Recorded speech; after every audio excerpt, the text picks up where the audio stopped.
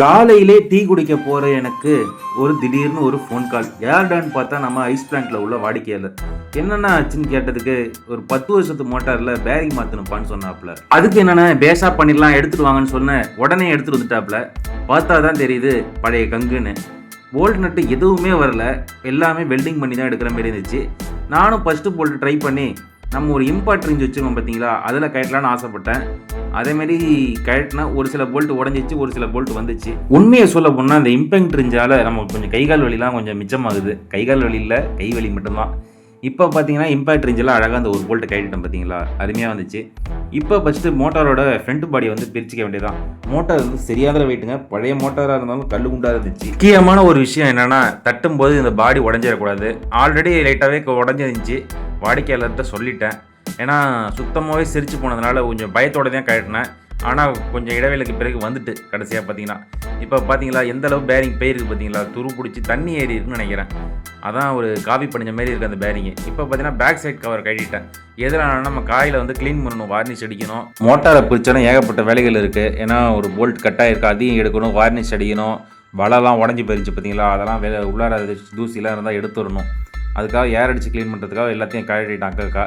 இப்போ பார்த்தீங்கன்னா கடைசியாக இந்த ஆரம்பிச்சு சாப்பிட்டு எடுத்தோம், உட்காந்து ஓடி இருக்கும் போல இருக்குது. நல்லா பழுத்து கிடந்துச்சு. இந்த பழுத்து போனதெல்லாம் நம்ம வந்து ரெடி பண்ணிக்கலாம், லேத்தில் மிஷினிங் பண்ணிக்கலாம். இப்போ பார்த்தீங்கன்னா வாடிக்கையாளர் பேரிங்லாம் வாங்கிட்டு வந்துட்டார். நம்ம எல்லாத்தையும் இது க்ளீன் பண்ணிவிட்டு பக்காவாக, ஏன்னா பெயிண்ட் அடிச்சுக்கிட்டு இருந்தார். அதான் கடைசியில் பாருங்கள் எப்படி இருக்குன்னு.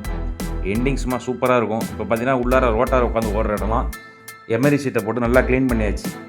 இப்போ பார்த்தீங்கன்னா புது பேரிங்கை வந்து கையால் அடிக்காமல் ஹைட்ராலிக்கில் நல்லா பக்கா ஃபிட் பண்ணி ஓட விட்டு பார்த்தோம், அருமையாக இருந்துச்சு. இப்போ பார்த்தீங்கன்னா பேரிங் செக்ஷன் கம்ப்ளீட் ஆகிட்டு இப்போ வந்து பேரிங்கை வந்து நம்ம கவரில் வந்து ஃபிக்ஸ் பண்ண வேண்டியது தான். முக்கியமான விஷயம் பேரிங் இருக்கிறது மேட்ரு கிடையாது, கிரிஸ் வைக்கிறது தான் ரொம்ப மேட்ரு. ஏன்னா அதுதான் நம்ம வந்து பேரிங்கை லாங் லைஃபுக்கு ஓடுவோம். கிரிஸ் வைக்காமல் பார்த்தீங்கன்னா ஹீட் ஆகும், ரோட்டர்லாம் ஹீட் ஆகும், ஏகப்பட்ட பஞ்சாயத்து வரும். இப்போ பார்த்தீங்கன்னா பின்னாடி கவரில் பேரிங் இறுக்கி கிரிஸ்லாம் வச்சு பக்காவாக பேக் பண்ணியாச்சு. இப்போ வந்து ஃப்ரண்ட்டு கவர், அதாவது இந்த பேக் கவரை நம்ம வந்து இம்பாக்ட் ரேஞ்சிலே டைட் பண்ணுறோம். கொஞ்சம் நல்லாவே வசதியாக இருக்குது இம்பாக்ட் ரேஞ்சு இருக்கிறதுனால. இப்போ வந்து ஃப்ரண்ட்டு கவருக்கு கிரிஸ் வச்சுட்டு ஃப்ரண்ட்டு கவரையும் இருக்கட்டும். பக்காவாக அப்பப்போ கையில் வந்து ரோட்டாரை ஓட விட்டு பார்த்தோம், ஃப்ரீயாகவே இருந்துச்சு. இப்போ கடைசியாக பார்த்தீங்கன்னா அந்த அலன் கீ போல்ட்டெல்லாம் போட்டு உள்ள பக்காவாக டைட் பண்ணியாச்சு. இந்த வீடியோவை பார்க்குறீங்கல்ல, உங்கள் வீட்டு பிள்ளையா நினச்சி அந்த லைக் அண்ட் ஃபாலோ மட்டும் பண்ணிங்க. கடைசியாக அந்த பெயிண்டிங் ஒர்க்காக சொன்னேன் பார்த்தீங்கன்னா, ஃபினிஷிங் டச்சு நல்லா சில்வர் பெயிண்ட் வாங்கி கொடுத்துருந்தாப்புல, பக்காவாக அதையும் ஸ்ப்ரே பெயிண்ட் மாரி பண்ணியாச்சு. இப்போ என் வேலைகள்லாம் பிடிச்சிருந்தா அந்த லைக்கு அண்டு ஃபாலோ. பாய் நண்பர்களே.